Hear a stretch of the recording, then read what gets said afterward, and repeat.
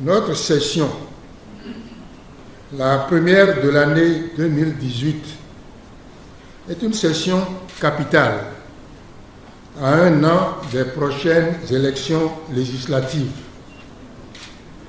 ouverte pour se pencher essentiellement sur les dossiers qui engagent l'avenir de notre démocratie, tels que la réforme du système partisan, le code électoral, la représentation des femmes au Parlement, le code pénal et quelques autres qui nécessitent sérénité et clairvoyance. Voici que nous devrons siéger dans un climat de tension et de contestation politique virulente.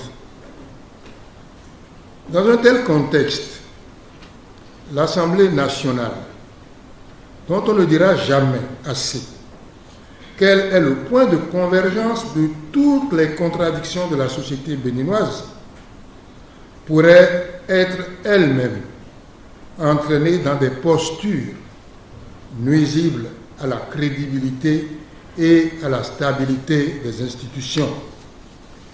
Mais c'est ma conviction, chers collègues, que vous ne tomberez pas dans ce travers, car président à nos travaux depuis maintenant 3 ans, j'ai pu mesurer vos qualités de pondération, votre sens des responsabilités, votre sens de l'intérêt général.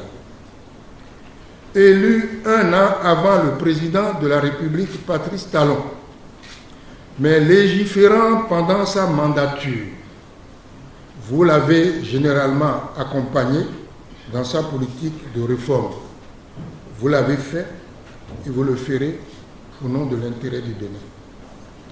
Vous avez travaillé au rythme des réformes proposées par le gouvernement, rejetant certaines de ces réformes, la plus importante en particulier, approuvant certaines autres, amendant la plupart dans la plus pure tradition parlementaire.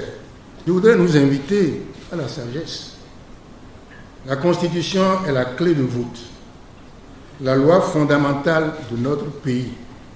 Nul n'est au-dessus d'elle. Le juge constitutionnel est chargé de veiller à son respect. Certes, nous découvrons qu'à l'occasion de son office, il peut même écarter une loi, tenir en échec le règlement intérieur, se substituer à la Constitution elle-même en l'interprétant. Ces décisions sont sans recours car le juge constitutionnel est infaillible dans son interprétation.